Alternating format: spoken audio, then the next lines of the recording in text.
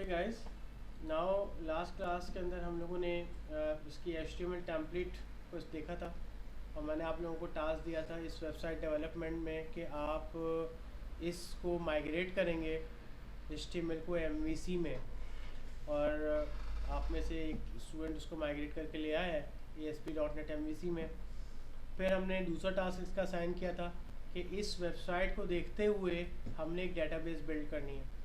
ठीक है, तो एक स्टूडेंट ने ये डेटाबेस बिल्ड किया है। अभी मैंने चेक नहीं किया ये डेटाबेस कितना मैच्योर है और कितना कॉम्पेटेबल है इस वेबसाइट के साथ, but now I am going to see this. अब मैं इसको देखने जा रहा हूँ। तो पहले हम रिव्यू करते हैं कि लेट्स से अगर ये होम पेज है और होम पेज को मुझे लिंक करना है डेटाबेस के साथ, तो मैं किस तरीके से लिंक करूँगा। अगर आप देखें तो होम पेज के अंदर सबसे पहले हमें ये देखना होगा कि कौन कौन से सेक्शंस ऐसे हैं जो डेटाबेस से लाएंगे और कौन कौन से सेक्शंस ऐसे हैं जो फिक्स्ड है। सबसे पहले अगर हम देखें तो हमारे पास ये बैनर है। अगर हम देखें तो ये जो बैनर यहाँ पे है ये बैनर फिक्स है। अच्छा, इस बैनर के ऊपर कोई भी ऐसी इंफॉर्मेशन नहीं है जो टेक्स्ट फॉर्म में हो, बिकॉज क्योंकि जब मैं इसके ऊपर ये कर्सर लेके जा रहा हूँ तो वो टेक्स्ट फॉर्म में नहीं चेंज हो रहा। इसका मतलब है ये सब इमेजेस हैं, इसके अंदर कोई भी ऐसी चीज़ नहीं है जो डेटाबेस से आ रही हो, सिवाय इसके शॉप नाउ के बटन के जिसके ऊपर कोई ना कोई अदर फंक्शनैलिटी कॉल हो रही होगी। इसके बाद ये भी आपके पास कुछ कैटेगरीज है जो कि एज अ इमेज है यहाँ पे clear, which is the static images. Now we have a section of latest, special and best seller, and these images are changing continuously। Left side के ऊपर हमारे पास एक नेविगेशन पैन है, ये नेविगेशन डिव है। यहाँ से हम अपनी पूरी वेबसाइट की नेविगेशन करेंगे विद रिस्पेक्ट टू डेस्कटॉप्स और with respect to the laptops and notebooks. उसके अंदर फर्दर कैटेगरीज हैं, तो इसको हम किस तरीके से हैंडल करेंगे इसको आगे चल के देखेंगे। इसके ऊपर मैं आज काम नहीं करवाऊँगा। ब्लॉग्स के ऊपर जो जो लेटेस्ट न्यूज़ या लेटेस्ट कमेंट आ रहे हैं उसमें से लास्ट के आखिर के 4 कमेंट्स यहाँ पे शो हो रहे हैं। ठीक है, तो ये भी इसका मतलब है डेटाबेस से आ रहा है। इसका मतलब क्या हुआ कि डेटाबेस में एक पहली चीज़ है latest, special and best seller. इसका मतलब है ये प्रोडक्ट की डिवीजन है with respect to the product status. ठीक है, प्रोडक्ट के स्टेटस वाइज है। कैटेगरी ये होती है कि हम लोग ये देखते हैं कि हमारे पास जो आइटम है वो इलेक्ट्रॉनिक आइटम है या नॉन इलेक्ट्रॉनिक आइटम्स हैं, ये कैटेगरी वाइज डिवीजन है। फिर उस कैटेगरी के अंदर फर्दर टाइप्स होती हैं कि इलेक्ट्रॉनिक आइटम के अंदर कौन कौन सी टाइप के इलेक्ट्रॉनिक्स आइटम है। लैपटॉप अलग हो जाएगा, मोबाइल अलग हो जाएगा। ठीक है, लेट से अगर कोई आपके पास ग्राइंडर जूसर है तो वो अलग हो जाएगा, वो भी इलेक्ट्रॉनिक आइटम है। तो ये इलेक्ट्रॉनिक आइटम की टाइप्स आ गई फिर अलग अलग, और फिर हर टाइप के अंदर उसका आइटम का नाम होगा या उसके ब्रांड का नाम होगा। क्लियर कि वो आइटम को किस ब्रांड का है। अब सिलसिला ये आता है बेटा कि यहाँ पे जो हमारे पास डिवीजन है ये product with respect to the status है। लेटेस्ट का मतलब आपको पता है जो न्यू प्रोडक्ट्स होती हैं। ठीक है, स्पेशल लेट से ये ऐसी प्रोडक्ट्स हैं जिनका स्टेटस स्पेशल है। और ये आपके पास बेस्ट सेलर है। बेस्ट सेलर से मुराद क्या है कि आया वो किसी प्रोडक्ट के ऊपर स्कीम दे रहा है या कोई प्रोडक्ट डिस्काउंट में दे रहा है। तो आप ये देखें आपके पास यहाँ डिस्काउंट प्राइसेस साथ मेंशन हुए होंगे। ठीक है, कि लेट्स अगर कोई $272 की है then now it is discounted at $254।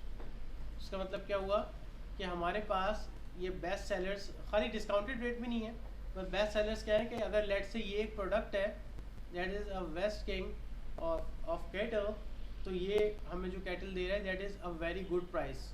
यानी मार्केट में ये कैटल लेट्स से $600 की है, but this seller is giving you this product in $254।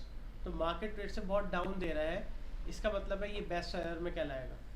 ठीक है, क्योंकि ये अपनी चीज़ मार्केट रेट से कम में दे रहा है और हो सकता है उसे ये प्रोडक्ट किसी स्कीम में मिली हो जिसकी प्राइस उसको भी कम पड़ी हो। ठीक है, इसलिए वो मार्केट के अंदर एक बेस्ट सेलर कहला रहा है। अब हमें जब प्रोडक्ट्स को सेलेक्ट करना है तो हमें प्रोडक्ट में डेटाबेस में ये सारे टेबल्स मौजूद होने चाहिए। ठीक है, तो हमें डेटाबेस से ये सारी चीज़ें मिलनी चाहिए। अब हम चलते हैं डेटाबेस रिव्यू करने के लिए। हम डेटाबेस के अंदर आए, सबसे पहले हमने देखा कि हमारे पास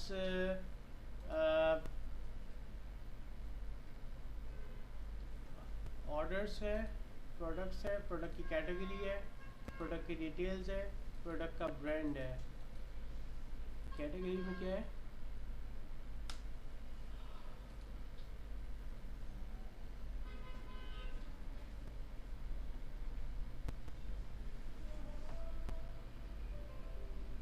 ये ठीक है, इलेक्ट्रॉनिक्स आइटम है, मोबाइल है, ऑडियो है। मोबाइल तो I think type of electronic device होगी ना? नहीं, या मोबाइल अलग होती है? मोबाइल अलग होती है, ठीक है। ऑडियो है, फैशन ब्यूटी है, होम फैमिली है, लैपटॉप्स है।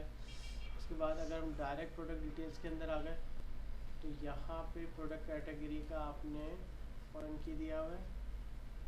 और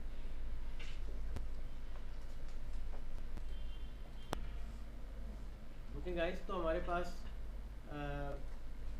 प्रोडक्ट कैटेगरी, प्रोडक्ट की ब्रांड आईडी है, और यहाँ पे आपने प्रोडक्ट की कैटेगरी आईडी दे दी। क्लियर? और ये दोनों प्रोडक्ट डिटेल्स के साथ लिंक हुए हैं। तो मतलब है this thing is perfectly designed. अब अगर मैं लेट से होम पे आया और मैं यहाँ पे इस पोर्शन को, इस पहले पोर्शन को डेटाबेस से लिंक करना जा रहा हूँ, तो अगर इसको मैं डेटाबेस से लिंक कर सकता हूँ तो इसको आप कर लेंगे, इसको फीचर प्रोडक्ट्स को। क्लियर? तो मैं यहाँ पे जो इम्प्लीमेंटेशन करूँगा, this is the implementation of the partial view. Partial view से क्या मुराद है कि ये वाला टेबल, ये वाला पीस जो है, I will break this HTML into 2 pieces. यानी एक ये मास्टर व्यू होगा, ये आपका मास्टर व्यू होगा, और इसके अंदर जो इतना पीस है ना, ये वाला पीस जो है, ये वाला पीस मैं यहाँ से हटा के इसको अलग कर दूंगा। क्लियर? ये वाला पीस मैं यहाँ से हटा के इसको अलग कर दूंगा। सही है? ओके, अब हमारे पास जो है वो डिफरेंट कैटेगरीज हैं। तो मैं इस वाले को डेटाबेस से लिंक कर रहा हूँ, उसके लिए मुझे पार्शियल व्यू बनाना है।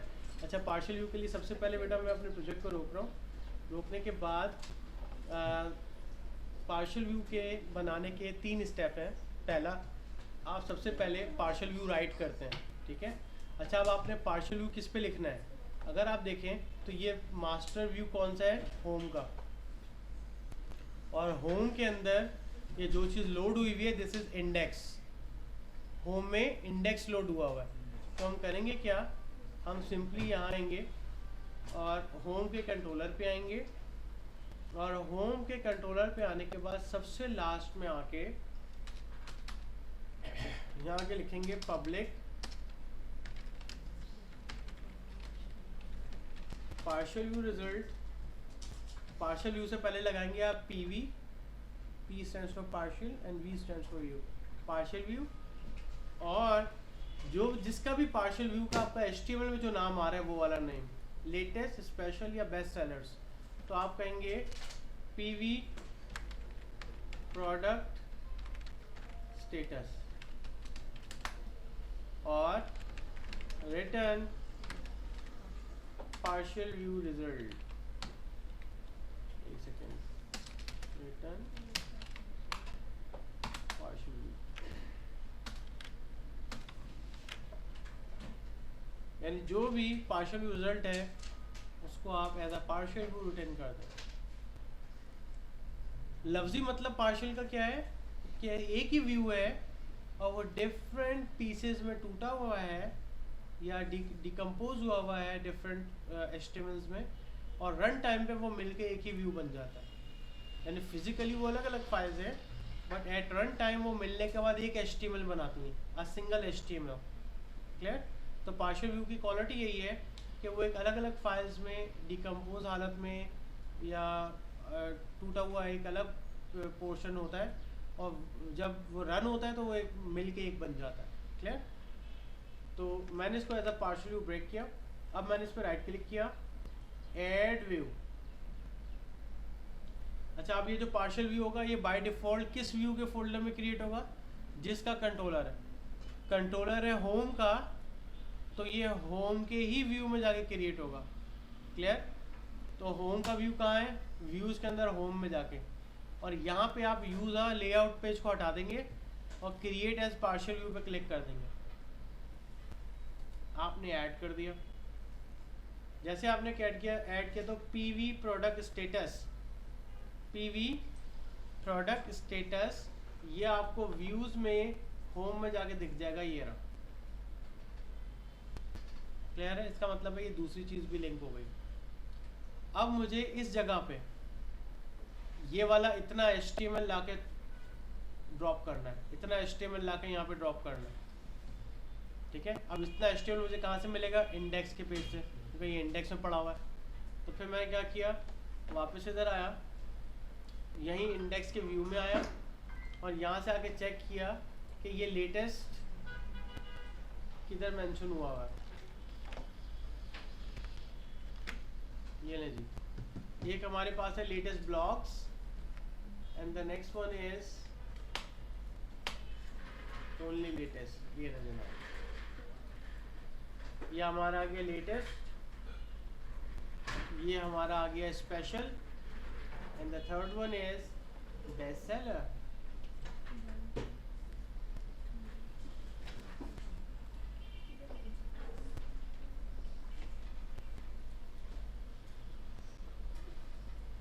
अच्छा, ये यहाँ पे कॉल हो रही है, तीनों मेन्यू ऑप्शंस हैं, यानी मींस ये हमारे पास ये तीनों ऑप्शंस हैं, लेटेस्ट, स्पेशल और बेस्ट सेलर, और इनके डिव यहाँ पे हैं जो टैब लेटेस्ट से कॉल हो रहे हैं, 1 2 एंड 3।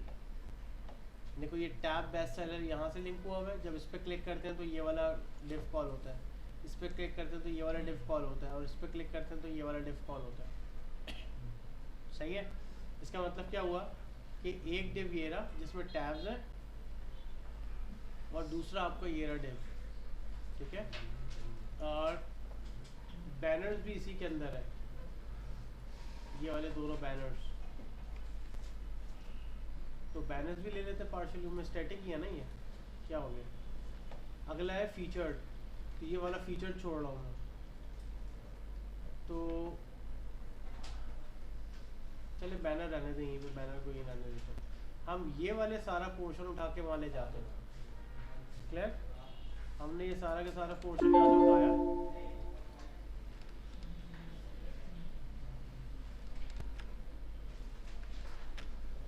सारे पोर्शन यहाँ से उठाए, अब पार्शियल व्यू में जाके मैंने पेस्ट कर दिया। इसको बाद में देखते हैं इसके साथ करना क्या है, बट पार्शियल व्यू के अंदर मैंने सब चीज़ें डाल दी, और इंडेक्स में आके अब मैं यहाँ पे वो पार्शियल व्यू कॉल कर रहा हूँ। पार्शियल व्यू कॉल कैसे होगा? @HTML dot render action,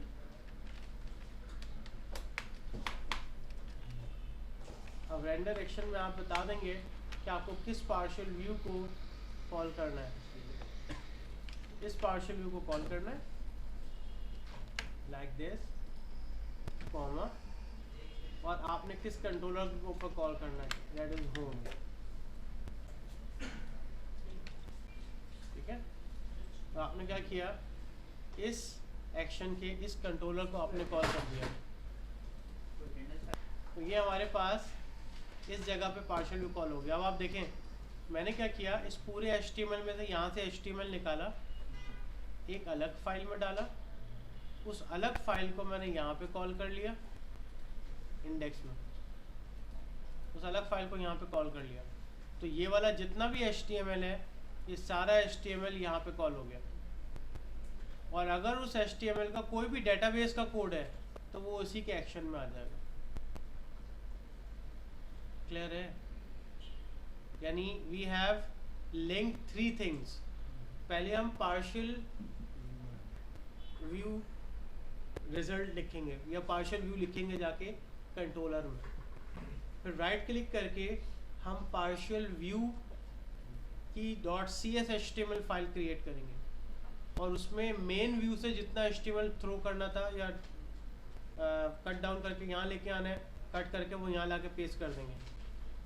third thing is कि फिर जो आपने अलग पीस बनाया था उसको मेन व्यू में वापस कॉल करेंगे। क्लियर है? उसको लिंक करेंगे। ठीक है गाइस, तो अब हम नेक्स्ट क्या करेंगे कि ये जो आपने पार्शियल व्यू लिखा है यहाँ पे हम लोग कोड लिखेंगे। आप डेटाबेस का डेटा कॉल करेंगे और डेटाबेस का डेटा आप डायरेक्ट कॉल करेंगे मॉडल से। और अब तक हमने डेटाबेस में मॉडल को क्रिएट करना नहीं सीखा, नहीं सीख लिया लास्ट क्लास में, नहीं सीखा, चलो कर लेते हैं। ठीक है गाइस, नाउ अब अगर हमें मॉडल क्रिएट करना है then how we can create the model. और हमारी एप्लीकेशन जब भी, यानी ये जो एप्लीकेशन है वेब एप्लीकेशन, इसको डेटा कहाँ से मिलेगा? ऑलवेज मॉडल से। और मॉडल में डेटा कहाँ पर कब आएगा? At run time. जो पहले ASP.NET की एप्लीकेशंस थी उनमें ये होता था कि हर दफ़ा डेटाबेस हिट होती थी या डेटाबेस कॉल लगती थी और आप हर बटन क्लिक के ऊपर डेटाबेस में कोई क्यूरी लेके जाते थे या स्टोर प्रोसीजर लेके जाते थे, उसकी रिक्वेस्ट को कंपाइल करते थे और रिजल्ट को लेके लाते थे, जिसकी वजह से आपकी एप्लीकेशन की परफॉर्मेंस ओवरऑल गिर जाती थी क्योंकि it will take some time. और अगर डेटा ज़्यादा होता था तो और आपकी एप्लीकेशन बिल्कुल ही वेटिंग मोड में चली जाती थी। Now the best thing is that कि आप क्या करें, आप एंटिटी फ्रेमवर्क पे काम करें।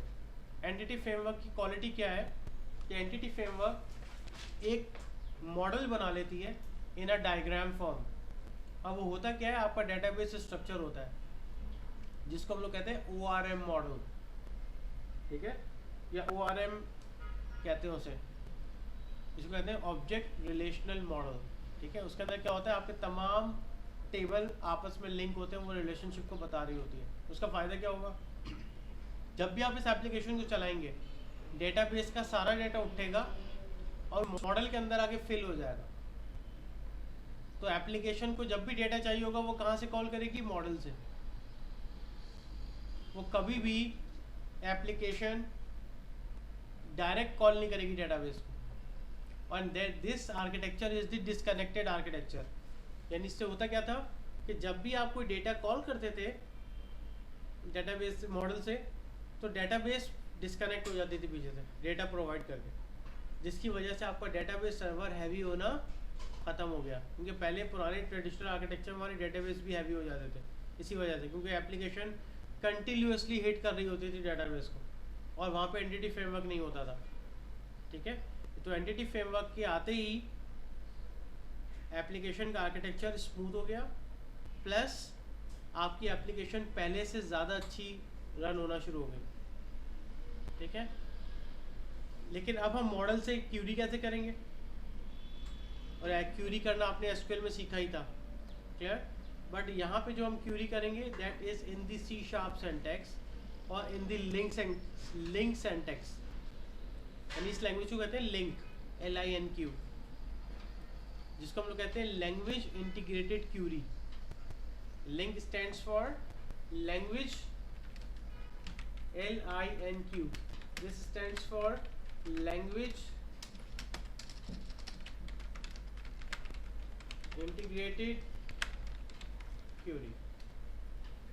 अब लिंक करते कैसे हैं, यानी हम डेटाबेस को कॉल कैसे करूं? पहले तो मैं मॉडल ऐड करूं ना, मॉडल्स पर राइट क्लिक किया, ऐड न्यू आइटम, उसके बाद आ गया डेटा में and then select on the ADO.NET entity data model.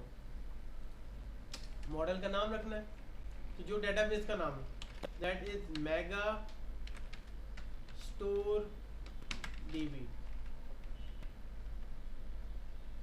जो आपके डेटाबेस का नाम था एज इट इज, वो मॉडल से पहले लगाते हैं हम। उसके बाद जस्ट करते हैं ऐड। अब आपके सामने एक विज़ार्ड ओपन हो गया and that wizard is asking about कि आप एंटिटी फ्रेमवर्क की कौन सी टेक्निक को यूज़ करना चाहते हैं। Either this is database first, और एक कहलाती है डेटाबेस फर्स्ट, उसके बाद क्या है EF designer model.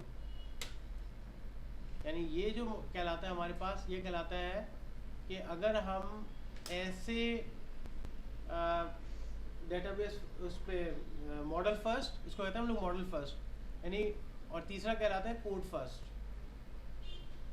Database first, model first और कोड फर्स्ट। डेटाबेस फर्स्ट से क्या मुराद है? यानी अगर मैं ये वाला आर्किटेक्चर लेता हूँ डेटाबेस फर्स्ट, तो पहले मैं डेटाबेस के अंदर कॉलम्स, टेबल्स और ये चीज़ें बनाऊंगा, बाद में मैं एप्लीकेशन में कॉल करूँगा। इस अप्रोच को कहते हैं हम लोग database first. Model first, database के अंदर मैं डायरेक्ट टेबल नहीं बना सकता, डायरेक्ट कॉलम नहीं बना सकता। अभी मैं आपको दिखाऊंगा मॉडल क्या होता है।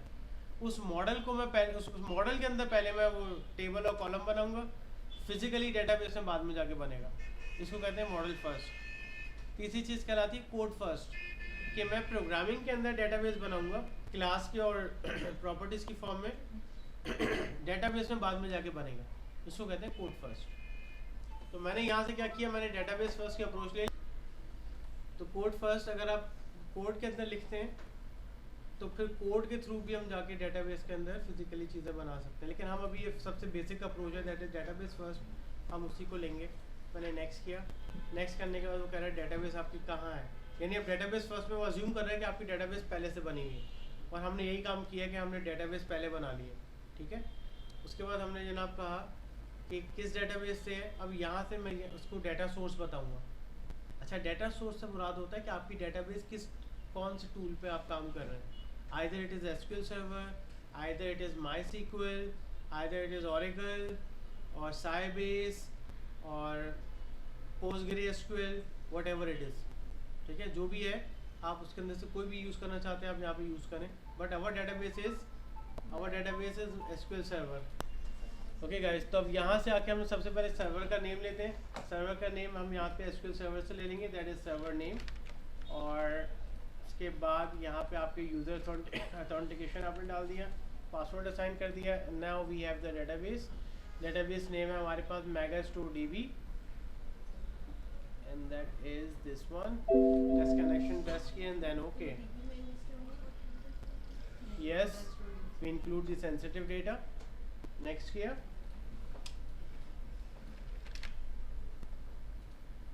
के बाद नेक्स्ट करने के बाद यहाँ से जितने भी टेबल्स थे वो सारे सेलेक्ट कर लिए, ठीक है, और सेलेक्ट करने के बाद फिर हमने उसको फिनिश कर दिया।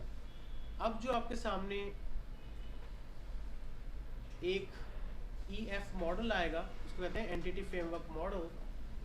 वो मॉडल एक डेटाबेस से बना है। मॉडल एक डेटाबेस से क्रिएट हुआ है और वो डेटाबेस के कंप्लीट स्ट्रक्चर लेके आपके सामने बिल्ड हुआ है। ठीक है, यानी अब एप्लीकेशन रन टाइम पे डेटा से रिलेटेड जितने भी ऑपरेशंस परफॉर्म करेगी वो इस मॉडल के साथ करेगी। Clear? Now this is the model. Clear? ये वो मॉडल है और इस मॉडल के अंदर हमारे पास डिफरेंट टेबल्स के डिफरेंट रिलेशनशिप्स हैं। सही है? अब सिलसिला क्या आता है कि ये जो टेबल्स हमारे पास है, अब रन टाइम में इनके अंदर डेटा आ जाता है रन टाइम पे। अब मॉडल फर्स्ट क्या है कि पहले मैं यहाँ राइट क्लिक करूँ और कर दूँ ऐड न्यू टेबल, और यहाँ पे एक टेबल मैनुअली ऐड कर दूँ, तो क्या डेटाबेस में वो होगा? नहीं। तो मॉडल फर्स्ट कहता है कि पहले मॉडल में चेंजेस करो, जब उसको बिल्ड करोगे तो डेटाबेस में बाद में जाके क्रिएट होगा वो। इसको कहते हैं मॉडल फर्स्ट। डेटाबेस फर्स्ट क्या है, ये मॉडल खाली था या क्रिएट नहीं हुआ था, मैंने डेटाबेस एक एग्जिस्टिंग डेटाबेस का स्ट्रक्चर यहाँ पे कॉल कर लिया, इसको कहते हैं डेटाबेस फर्स्ट। कोड फर्स्ट कहते हैं कि बाकायदा आप प्रोग्रामिंग करें, यहाँ पे इस तरह से क्लासेस लिखें मैनुअली, ये मैनुअली बैठ के ये क्लास लिखें ऐसे प्रॉपर्टीज़ के साथ, और फिर इन क्लासेस से आप डेटाबेस क्रिएट कर लें।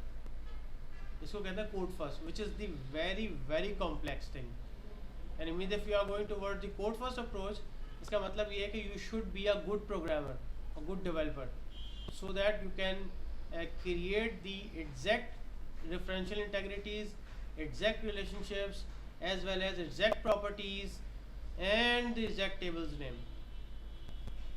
ठीक है, वरना कोड राइटिंग के अंदर ज़रा सी भी कोई मिस्टेक होगी तो उसका इम्पैक्ट डायरेक्ट डेटाबेस में जाके पड़ेगा। इसलिए कोड फर्स्ट अप्रोच के लिए आपका खुद का प्रोग्रामर होना या एक अच्छा प्रोग्रामर होना बहुत ज़रूरी है।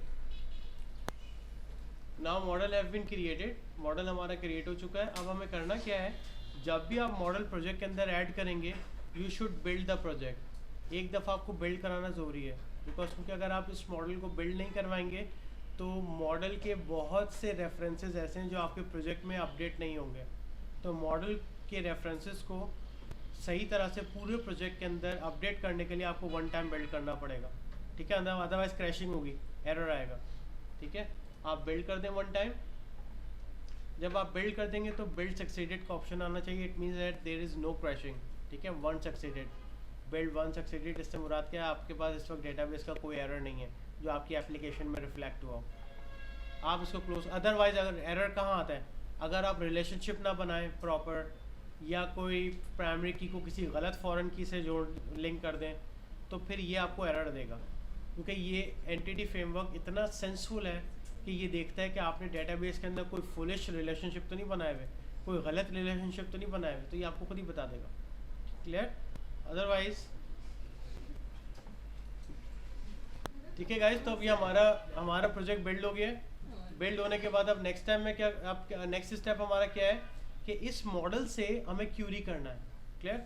अब इस मॉडल से क्यूरी करने के लिए हमें सबसे पहले डेटाबेस लिंक या उस मॉडल को कॉल करना होगा, और उस मॉडल को कॉल करने के लिए मैं एक कीवर्ड लूँगा जो कि इसकी web.config के अंदर बाय डिफ़ॉल्ट आया हुआ होगा, and that is megastore db entities। ये हमने वो कनेक्शन है जो अभी इस्टेब्लिश किया है रिसेंटली। क्लियर? देखो डेटाबेस का नाम भी मेगास्टोर है, और इसका यूज़र आईडी पासवर्ड क्या आ रहा है, that is SA, and password भी मेरे पास है मौजूद।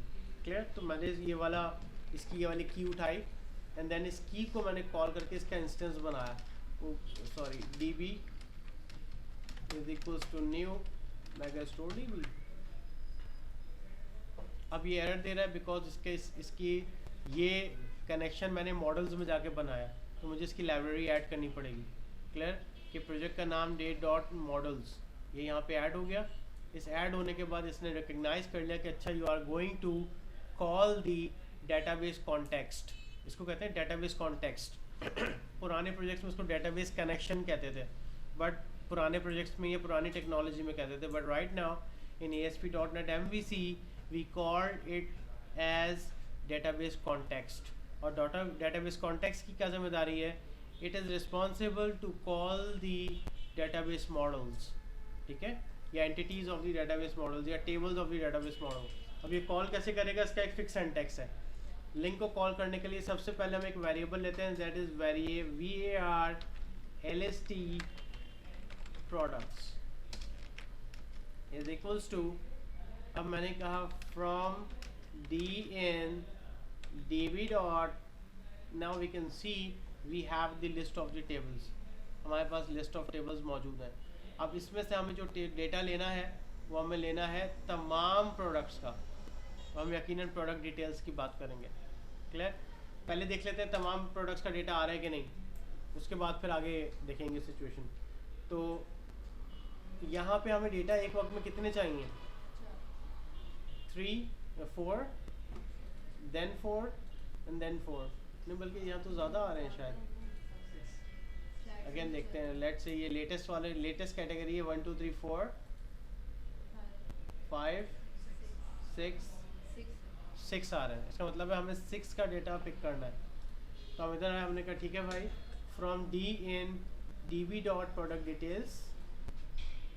उसके बाद क्या हुआ, जब आपने ये कर लिया तो आप कहेंगे सेलेक्ट d।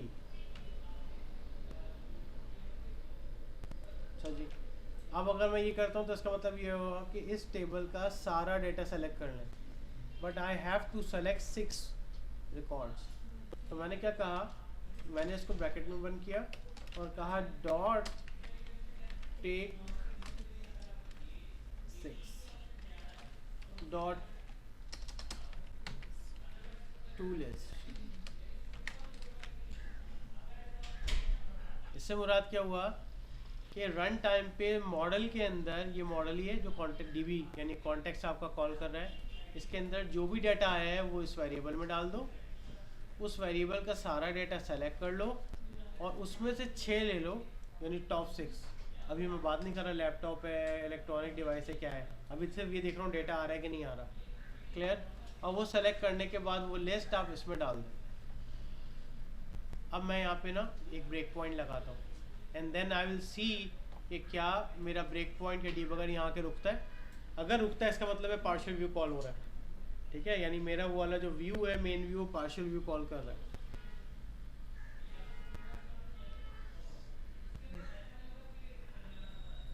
ठीक है भाई, ये डीबगर हमारे पास आ गया, इसका मतलब है पार्शियल व्यू कॉल हो रहा है, यानी कि F10 and then F10. Now see, we have 6 products right now. पहली प्रोडक्ट क्या है, ये उसकी इंफॉर्मेशन है। प्रोडक्ट का नाम है A5s। I don't know what is this product. ये और इसकी प्रोडक्ट का ब्रांड दिया हुआ है, प्रोडक्ट की कैटेगरी दी हुई है बाय डिफ़ॉल्ट। ठीक है, हाँ हम ब्रांड और कैटेगरी दोनों उठा सकते हैं बाय डिफ़ॉल्ट। क्यों उठा सकते हैं? बिकॉज उनमें रिलेशनशिप है। तो अब ये जो चीज़ है ये मुझे किसको पास करनी है, डेटा को व्यू को पास करना है, क्योंकि controller is responsible to run this partial view, to run this query and then pass this data to the view. अब मुझे इस डेटा को व्यू को पास करना होगा। तो मैंने क्या किया, इस लिस्ट प्रोडक्ट्स को उठाया और कहा इसको पार्शियल व्यू में पास कर दीजिए। This is the technique. Technique क्या है कि जो भी लिस्ट आपके पास आ रही है उसको पार्शियल व्यू को दे दें। अच्छा, ये पार्शियल व्यू कौन सा वाला व्यू है? इसका अपना पार्शियल व्यू, ये वाला जहाँ पे वो डेटा रिफ्लेक्ट होगा। अच्छा, यहाँ पे डेटा कॉल करने के लिए हम लोग क्या करते हैं, @model, उसके बाद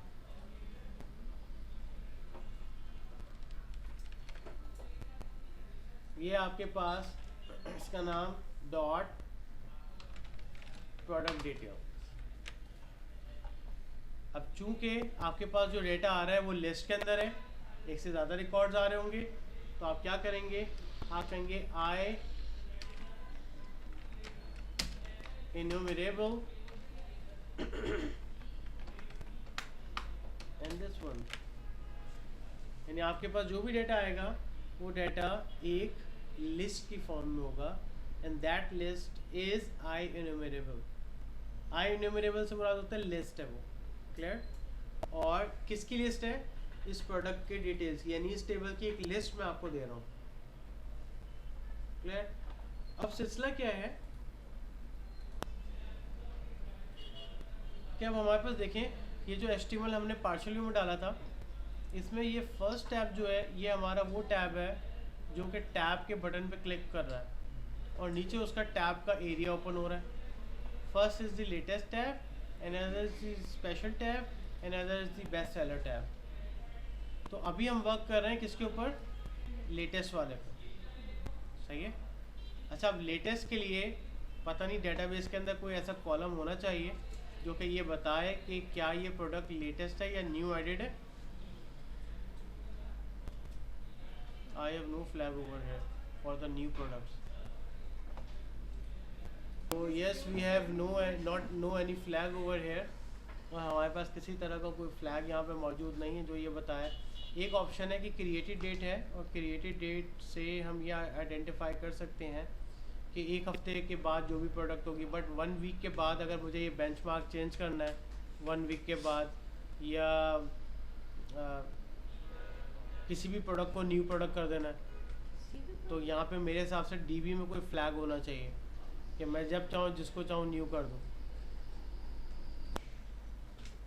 ओके गाइस, अब सिलसिला क्या है हमारे पास, तो ये हमारे पास टैब्स है, टैब का डिफरेंस। दूसरा हमारे पास ये टैब्स कॉल हो रहे हैं, तो ये तो हमारे पास फिक्स रहेंगे। ठीक।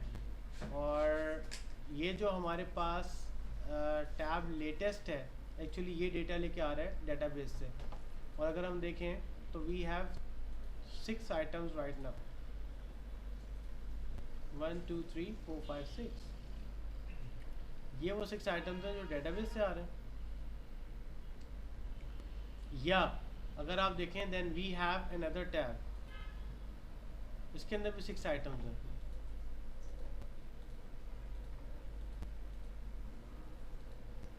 और इसके अंदर भी 6 आइटम्स हैं। अब मेरा स्ट्रक्चर थोड़ा सा कॉम्प्लेक्स होता जा रहा है। कॉम्प्लेक्सिटी क्या है कि इसके अंदर एक और पार्शियल व्यू लगेगा, बिकॉज दो तरीके हैं इसको करने के, दो तरीके हैं। पहला ये कि मैं एक साथ ही 3 लिस्ट पास करूं, एक लिस्ट इसके लिए 6 आइटम्स की, दूसरी लिस्ट इसके लिए और तीसरी लिस्ट इसके लिए। थोड़ी सी कॉम्प्लेक्सिटी रेज हो गई यहाँ पर, बट ऐसा मुमकिन नहीं है। मैं एक वक्त में 3 लिस्ट पास नहीं कर सकता। एमवीसी का आर्किटेक्चर ये है कि every action returns a list, और वो एक सिंगल लिस्ट एक पार्शियल व्यू के साथ होती है। अब हुआ क्या है कि मैंने मेन इंडेक्स में इसको कॉल किया है पीवी प्रोडक्ट स्टेटस को, और पीवी प्रोडक्ट स्टेटस के अंदर 3 लिस्टें हैं, और एक एक्शन एक यानी एक पार्शियल व्यू या एक्शन एक लिस्ट को रिफ्लेक्ट कर सकता है, मल्टीपल को नहीं। इससे मुराद ये हुआ कि मुझे यहाँ से पहली बात ये है कि ये जितने भी ऑप्शंस हैं इनको एक और पार्शियल व्यू में डालना पड़ेगा। और वो मैं कैसे डालूँगा, आप देखिए कि मैंने ये जो मास्टर डिव था इसका पैरेंट डिव, इसको यहाँ से हटाया और आपके दोबारा अगेन कंट्रोलर पे आया, यहाँ के लिखा public partial view result PV latest product status. थोड़ी सी कॉम्प्लेक्सिटी रेज हो गई है यहाँ पे, ठीक है। Return partial view. अब आप गौर से देखिए, ये आपका मेन पार्शियल व्यू है और इस पार्शियल व्यू का लेटेस्ट ये है। ये पहली लिस्ट डेवलप करने जा रहा हूँ और इसके ऊपर राइट क्लिक किया, ऐड व्यू किया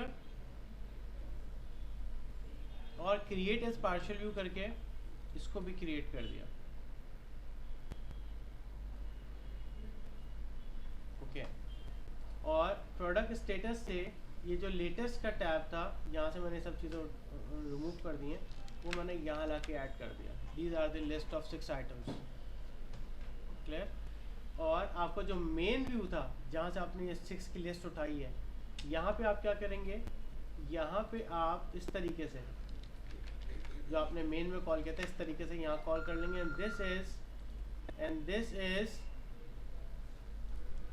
है कि मैंने यहाँ पे एक लेटेस्ट का पार्शियल व्यू का लेटेस्ट बना दिया और ये लेटेस्ट के साथ मैंने उसका एचटीएमएल डाल दिया। जिस तरह यहाँ पे मेन प्रोडक्ट स्टेटस कॉल हो रहा है, वैसे ही प्रोडक्ट स्टेटस के अंदर अब यहाँ पे लेटेस्ट वाला कॉल होगा। तो मैंने इसको कॉपी किया, प्रोडक्ट स्टेटस में आया और कहा कि होम कंट्रोलर के अंदर प्रोडक्ट स्टेटस वाला यहाँ पे आ जाएगा। तो मैंने पार्शियल व्यू के अंदर एक और पार्शियल व्यू डाल दिया, and this is known as the nested partial view. ठीक है। Actually I am going to create the structure of this application, और जब भी हम MVC पे काम करेंगे हमारा स्ट्रक्चर स्मूथ होना चाहिए। हम चीज़ें मिक्स करके कॉम्प्लेक्स नहीं करेंगे अंदर। क्लियर। अब इसी तरीके से जैसे हमने लेटेस्ट का पार्शियल व्यू बनाया था और 6 आइटम्स, अब ये क्यूरी यहाँ नहीं लगेगी बिकॉज अब यहाँ पे हम लोग डेटा पिक नहीं कर रहे हैं, यहाँ पे सिर्फ हम पार्शियल व्यू कॉल कर रहे हैं, यहाँ पे डेटा कॉल कर रहे हैं और ये डेटा है लेटेस्ट लिस्ट लेटेस्ट प्रोडक्ट्स का।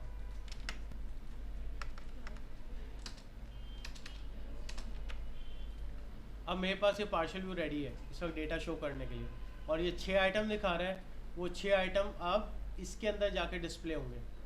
ठीक है। अब मैं बाद में बताता हूँ कैसे होंगे, पहले मैं बाकी 2 स्ट्रक्चर भी रेडी कर लूँ। द सेकेंड थिंग इज, मैं इधर आया, जैसे ये था उसको कॉपी किया, इन सब चीज़ों को यहाँ से हटा के यहाँ पे पेस्ट किया और इस लेटेस्ट की जगह लिख दिया special, that is PV special product status. सही है। और इन तमाम चीज़ों को यहाँ से हटाया,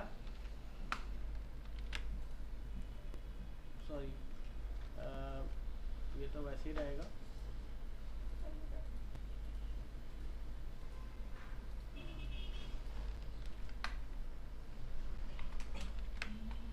और ये जो पूरा डेफ था इसको मैंने यहाँ से हटाया और इसको मैंने एक नए पार्शियल व्यू के अंदर अब लिखने जा रहा हूँ, which is PV special product status. Now the next partial view is public partial view result PV special product status।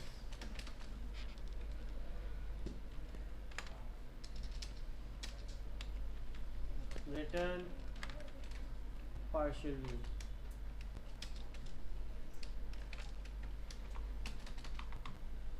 Clear? अब मेरे पास ये सेकंड पार्शियल व्यू बन गया, चाइल्ड पार्शियल व्यू। ये लेटेस्ट था, ये स्पेशल था, और ये दोनों के दोनों इस प्रोडक्ट स्टेटस के चाइल्ड है। सही है? फिर इस पर राइट क्लिक किया। अक्सर एप्लीकेशन में इतनी कॉम्प्लेक्सिटीज़ नहीं होती, बट इसका स्ट्रक्चर ऐसा है कि इस पर कॉम्प्लेक्सिटी आ गई है, तो मैं इसको रिमूव कर रहा हूँ। ठीक है, विद द लीगल वेज, जो लीगल तरीक़ेकार है उसके थ्रू। अब मैंने दोबारा इसके ऊपर चाइल्ड व्यू क्रिएट किया, एड्स, और वो जितना भी HTML था वो मैंने यहाँ पेस्ट कर दिया। ये मेरा दूसरा पार्शियल व्यू है, लेटेस्ट और स्पेशल के बाद। Now the next thing is, मैं दोबारा इधर आया, मैंने इसको कॉपी किया, and now this is our best seller website. तो मैंने यहाँ पे आगे कह दिया सेलर प्रोडक्ट स्टेटस। ठीक है, और इस पूरे HTML को मैंने यहाँ से हटा दिया। नाउ वी हैव 3 सब पार्शियल व्यूज, इनको सब पार्शियल व्यूज भी कहते हैं। फिर इधर आया कंट्रोलर पे, यहाँ के जस्ट मैंने कहा public partial view result PV seller product status, return partial view. Clear? इस पर राइट क्लिक किया, ऐड व्यू, एंड देन इसको आपने ऐड कर दिया। Clear?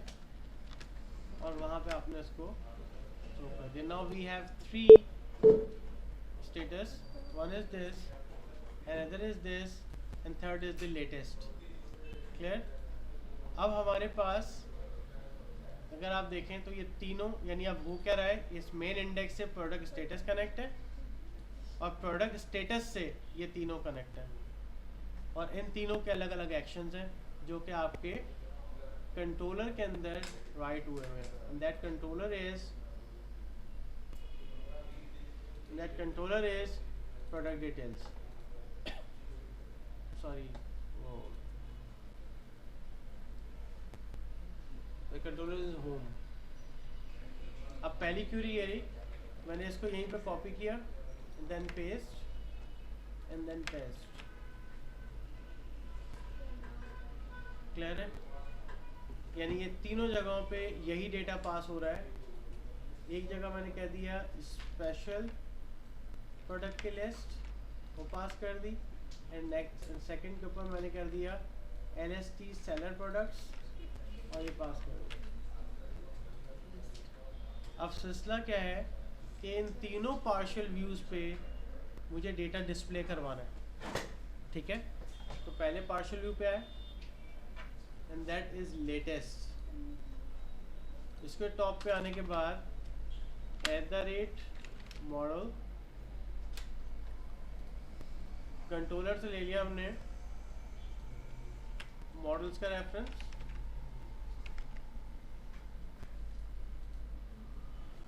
like this dot product details। अगर आप कहते हैं ये होता है I enumerable this thing, यानी अब ये लिस्ट यहाँ पे आ गई। अगर आप देखें आपके पास कितने आइटम्स थे, 1 2 3 4 5 6, 6 आइटम्स हैं।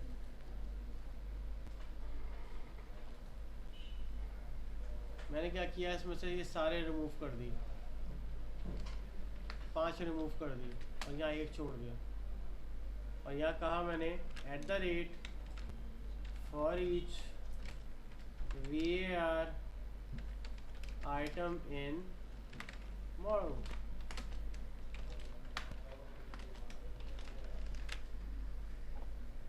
अब इस मॉडल के अंदर आके मैंने देखा कि मुझे सबसे पहले तो इमेज सेलेक्ट करना है। अब मुझे ये देखना है कि मेरे डेटाबेस में इमेज का कॉलम है,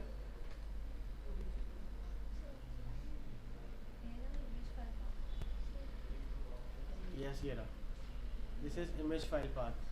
मैं इधर आया भाई, इसकी पाथ चेक की, इमेज फाइल पाथ में किसी किस्म का कोई डेटा नहीं जा रहा है, तो मैंने इन सब जगहों पे वक्ती तौर पे प्रोडक्ट 1 डाल दिए।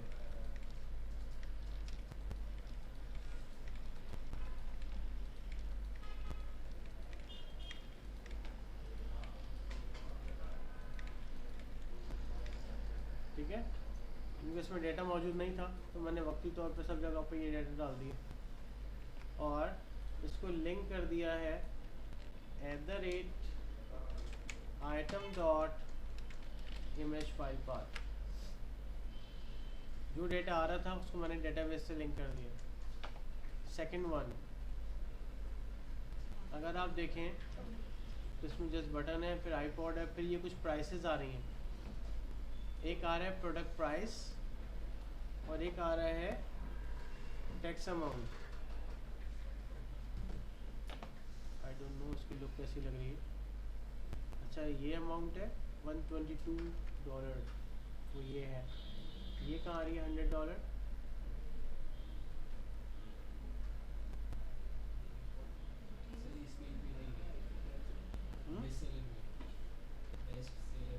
ये मेरे ख्याल से ये नज़र नहीं आ रही ना। अच्छा ये बेस्ट नहीं, इस वक्त हम लेटेस्ट पे हैं, लेटेस्ट के ऊपर है हम लोग। I don't know what is this. क्योंकि ये स्ट्रक्चर मुझे HTML में तो दिख नहीं रहा। अगर ये HTML में दिख रहा होता तो ये बाकायदा यहाँ शो होना चाहिए था ऑन UI, बट UI पे नहीं दिख रहा। UI पे इमेजेस में खाली,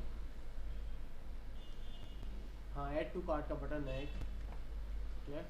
उसके ऊपर हम आगे चल के देखेंगे क्या है। अभी हम फिल वक्त प्राइस, सिर्फ प्राइस और इमेज लिंक कर देते हैं अभी, क्लियर। तो मैंने जस्ट कहा @item.price and that item is on rupees, ठीक है।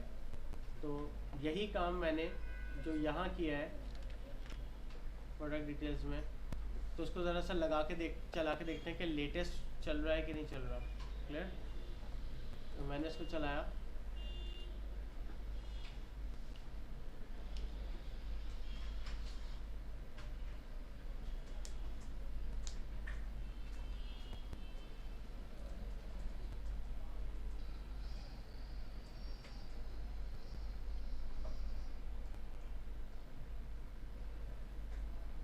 Okay guys, yes we can see कि हमारे पास एक ही इमेज आ रहा है बार बार और ये डेटाबेस से आ रहा है। And the price is same, that is 2000 rupees. My God, database में 2000 रुपये, यस। एंड मज़े की बात ये है ऑल आइटम्स आर ऑफ 2000। तो this is dummy data, yes we can change it. और आप लोगों ने जब डेटाबेस बनाना है तो उसको चेंज करना है, ठीक है, लाजमी, ताकि आप उसका इम्पैक्ट देख सकें एटलीस्ट। तो इमेजेस मैंने यहाँ पे डाल दिए थे अभी, क्योंकि ये रिपीट हो रहे हैं, that is why we have different images. अगर लेट से मैं इसको कर देता हूँ इमेज 2 और इसको चेंज करके कर देता हूँ इमेज 3, तो क्या डेटाबेस से इम्पैक्ट पड़ता है कि नहीं। सिर्फ रिफ़्रेश कर रहा हूँ मैंने रिफ़्रेश किया, यस वी हैव इम्पैक्ट। इसका मतलब क्या है कि मैंने जैसे ही वहाँ से इमेजेस चेंज किए डेटाबेस से, उसका इम्पैक्ट मुझे वेबसाइट पे मिल गया। आई हैव नो इम्पैक्ट, मेरा कोई अलाइनमेंट आउट नहीं हो, UI पे मेरा कोई इम्पैक्ट नहीं आया। हाँ, थोड़ा सा MVC में या पार्शियल यूज़ पे काम करने के लिए आपको HTML पे कमांड होना चाहिए, इतना कि आप उसको ब्रेक कर सको, ठीक है। या आप जो क्लासेस उसकी रीड कर रहे हैं उसकी क्लासेस की कमांड होनी चाहिए। अदरवाइज अगर आपका थोड़ा सा HTML काइंड वीक है तो then you should go towards the HTML as well, तो मैं थोड़ा सा इसको भी स्ट्रॉन्ग करना पड़ेगा, ठीक है। लेकिन बहरहाल अब मैंने इसको 1 2 3 के आईडीज़ को यहाँ से कॉल कर लिया। लेट्स से अगर ये 2 वाला ही मैं आगे करता हूँ 4 पे, तो क्या 2 वाला मुझे 4 पे इमेज मिलता है? मैंने रिफ्रेश किया, दैट इज 1 2 3 4, वो मैंने गलत जगह कर दिया, दैट इज 2 यहाँ होगा, यस ये 2 है वही 4 है, इसका मतलब ये DB से कम्प्लीटली लिंक हो चुका है। और यही काम अगर मैं बाकी 2 व्यूज़ के साथ करूँगा तो वो भी चेंज हो जाएंगे। लेकिन अब मसला क्या है, मैंने क्यूरी के अंदर ये कहीं नहीं लगा हुआ, अपने इस क्यूरी के अंदर कहीं मेंशन नहीं किया हुआ है कि लेटेस्ट कौन से वाले हैं।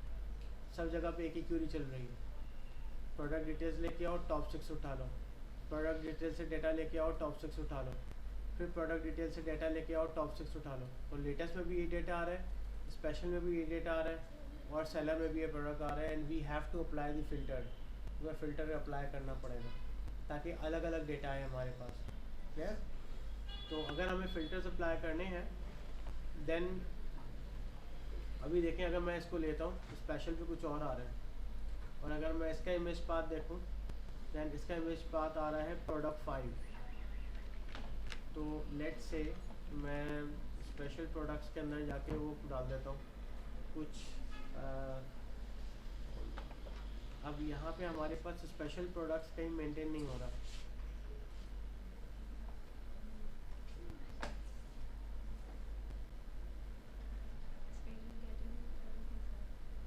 नहीं तो फिर हमें फ्लैग डालना पड़ेगा, इज स्पेशल है या इज़ लेटेस्ट है या इज़ बेस्ट सेलर है। जिसका ट्रू फॉल्स हो रहा होगा उसके ऊपर हम प्रोडक्ट उठा लेंगे, जो सारे फॉल्स होंगे वो इन तीनों में से कहीं नहीं आएंगे। या तो इन तीन का फ्लैग खोल दो या इन तीनों के स्टेटस डाल दो, दोनों में से एक काम करना पड़ेगा। अब मैं यहाँ पे 3 फ्लैग ओपन कर रहा हूँ। फर्स्ट इज लेटेस्ट और मैंने इसको कह दिया bit. The second one is special, इसको भी मैंने कह दिया बेट, और bit means its result is either true or false, clear. And the third thing is best seller. तो मैं वापस इधर आया तो मैंने यहाँ के क्या कहा कि ये इज़ बेस्ट सेलर है या नहीं, is best seller, is best seller. उसके मैंने फिर अगेन बेट कर दिया और उसके बाद मैंने इसको सेव किया। तो मैंने सेव किया तो ना I have added 3 more columns successfully, is latest, is special और इज़ बेस्ट सेलर। ओके, अब अगर मैं इसी टेबल को रीओपन करता हूँ इन एडिट मोड में तो मेरे पास 3 फ्लैग्स और आ गए, क्लियर। और मुझे 6 लेटेस्ट में दिखानी है, 6 स्पेशल में दिखानी है और 6 सेलर में दिखानी है, बेस्ट सेलर। मैंने कहा जी 1 2 3 4 5 6, तो मैंने बिल्कुल रैंडमली कर रहा हूँ मैं, ठीक है। I am doing this randomly, मैंने वो डेटा नहीं देखना क्या है। उसके बाद फिर मैंने कहा 1 2 3 4 5 6। अब रह गया इस बेस्ट सेलर, इसके अंदर मुझे दिखाने वही 1 2 3 4 5 6। हमें ये देखना होगा कि हमारा कोई भी पॉसिबल मैच 2 एक साथ ना हो जाए। तो अल्हम्दुलिल्लाह हमारा ऐसा कोई मैच नहीं है। अब मैं इसके ऊपर फिल्टर लगा दूंगा। अब बताया मैंने डेटाबेस में चेंजेस किए हैं तो मॉडल में चेंजेस नहीं आए होंगे बाय डिफ़ॉल्ट। इसका मतलब ये हुआ कि I have to update the model.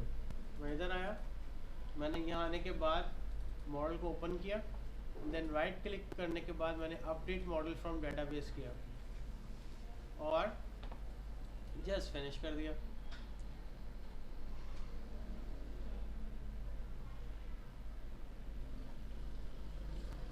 देखें गाइस, हमारे पास प्रोडक्ट डिटेल्स में ये पहले 3 कॉलम नहीं थे, अब ये बाद में ऐड होगा।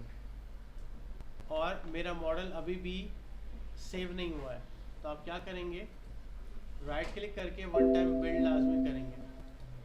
ठीक है, मैंने आप लोगों से पहले है कि जब भी डीबी में चेंजेस होंगे, आपके मॉडल में चेंजेस होंगे, तो आप मॉडल को बिल्ड लाजमी करेंगे। ठीक है, वरना अदरवाइज क्रैशिंग आएंगी, नहीं प्रोजेक्ट एरर देगा। बिल्ड सक्सेडेड, इसको क्लोज कर दिया। और अब इसके बाद मेन होम के कंट्रोलर में आ गया। अब यहाँ जहाँ क्यूरी लिखी हुई है ज़रा देखें, यहाँ लेटेस्ट है, तो मैं इधर आया और यहाँ के कहा where D dot is latest is equal to true. तो सिर्फ वो 6 आएंगे जो लेटेस्ट होंगे। अब मैं इस फ्लैग से किसी को भी फॉल्स करके किसी को भी ट्रू कर सकता हूँ। This is the quality of the dB. और हम हमेशा सिस्टम बनाते वक्त प्रिविलेज रखते हैं, उसको हार्डली फिक्स नहीं करते। हम पीछे से ऐसे फ्लैग्स ऑन एंड ऑफ करते हैं कि एडमिन डैशबोर्ड से हम उससे पूरी एप्लीकेशन का नक्शा ही चेंज कर देंगे अपनी मर्जी से। अदरवाइज अगर हमें ऐसा एप्लीकेशन बनानी है कि जिसकी एडमिन डैशबोर्ड में फ्लेक्सिबिलिटीज़ ना हो या फ्लैग्स ना हो, तो फिर तो आप स्टैटिक वेबसाइट कर लेते, डेटाबेस से लिंक करने की क्या जरूरत थी। डीबी से लिंक करने का मकसद ही है कि it should be dynamic, it should be handled from the back side, it should be handled from the admin और द एडमिनिस्ट्रेटर। क्लियर। फिर मैंने क्या किया, इसी फ्लैग को उठाया और स्पेशल के अंदर आया और कहा D dot special, sorry D dot is special. अभी डेटा के अंदर चेंजेस आएंगे। इमेजेस का बस डिफरेंस इसलिए नहीं क्योंकि हमने एक ही इमेज को कॉपी पेस्ट किया है, तो हम चेक करने के लिए इमेजेस को अलग अलग कर सकते हैं। तो अगर हम थोड़ा सा एफर्ट कर लें तो हम इमेजेस को भी आगे पीछे कर देते हैं। लेट्स से दैट इज, ये मेरे पास प्रोडक्ट्स आ रही हैं, इनके इमेजेस होंगे प्रोडक्ट 4 और इसका है प्रोडक्ट 5,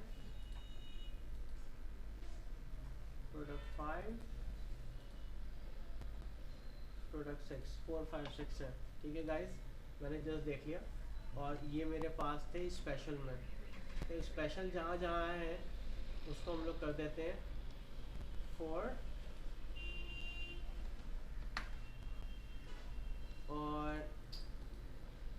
5 और 6 और 4 और 5। And the last one is जो हमारे पास बेस्ट सेलर मोड में है, वहाँ पे मेरे पास डिफरेंट प्रोडक्ट्स हैं। इनका आईडी आ रहा है 7 और 8 और 1, 7, 8, 2। चलिए हम एक काम करते हैं, हम 7, 8 को कर देते हैं बेस्ट सेलर में। तो बेस्ट सेलर प्रोडक्ट कहाँ 2 हो रही है, एक यहाँ 2 हो रही है, इसको मैंने कर दिया 7 और इसको मैंने कर दिया 7, सॉरी 8 और इसके बाद ये आ रही है, इसको भी कर दिया मैंने वही 7, इसको कर दिया 2, इसको कर दिया 1 और इसको कर दिया 7। अब मैंने इमेजेस को भी उसके हिसाब से चेंज कर दिया। थोड़ी सी प्राइसेस को चेंज कर देते हैं, 2500।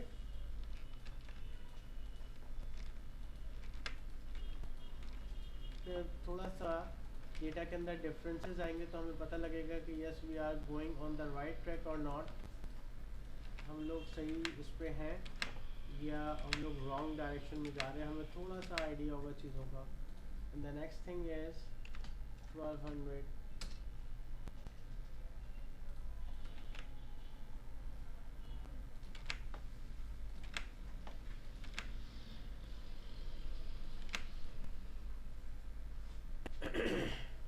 अब मैं इस वेबसाइट को रिफ्रेश कर रहा हूँ, आई डोंट नो ये चल रही है। भी मैंने दोबारा चलाना पड़ेगा।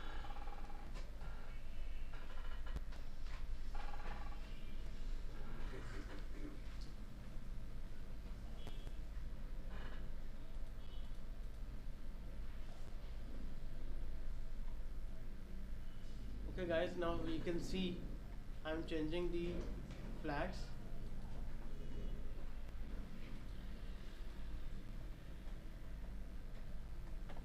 मैंने शायद उनको डेटाबेस से लिंक ही नहीं किया है। Where are these two sellers? Sellers को भी लिंक नहीं किया और स्पेशल को भी लिंक नहीं किया, दोनों स्टैटिक HTML चल रहा है। डेटाबेस से रेडी हो गए बट मैंने यहाँ पे लिंक नहीं किया। उसके लिए लिंक करने के लिए हम लोग क्या करेंगे कि हम लोग सबसे पहले जो हमारे पास लेटेस्ट है इसके ऊपर का जो रेफरेंस है ये दोनों जगह पे पेस्ट करेंगे, स्पेशल में भी और आपके सेलर में भी। एंड देन ये जो आइटम का डिव है उस आइटम के डिव को हम अप्लाई करेंगे सब जगहों पे। ये सब पांचों मैंने रिमूव कर दी। And then this and then this, सही है। और इसी चीज़ को मैंने कॉपी किया सेलर पे।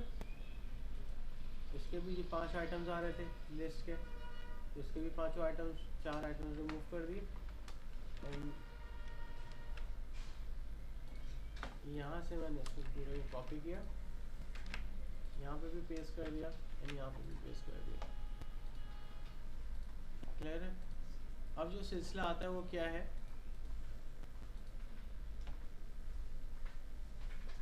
कि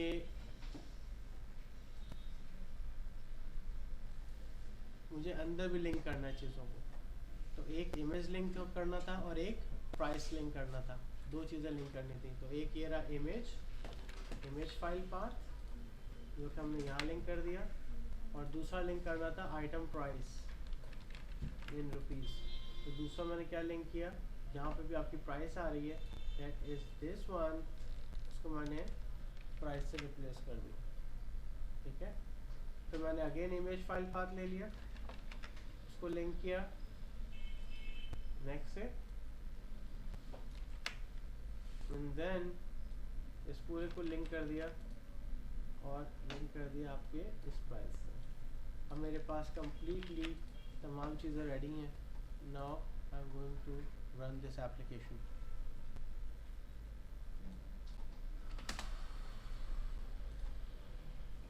ओके गाइस, अब ये मेरे पास जो पहला इम्पैक्ट आ रहा है दैट इज़ लेटेस्ट, दूसरा इम्पैक्ट आ रहा है that is special, and third impact जो आ रहा है दैट इज़ बेस्ट सेलर। और तीनों डेटाबेस से लिंक हो चुके हैं।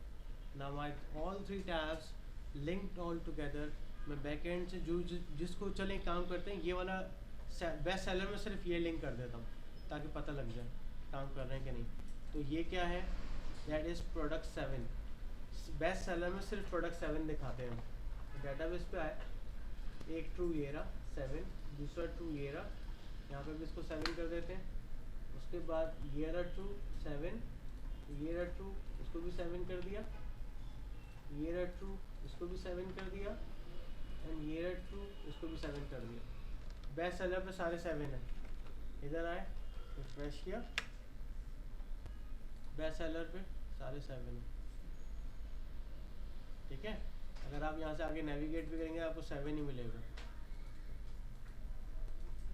इसका मतलब ये डीबी से चल रहा है। क्लियर।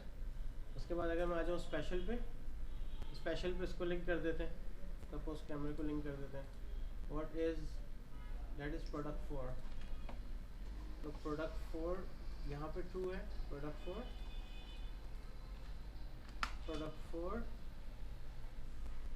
then product 4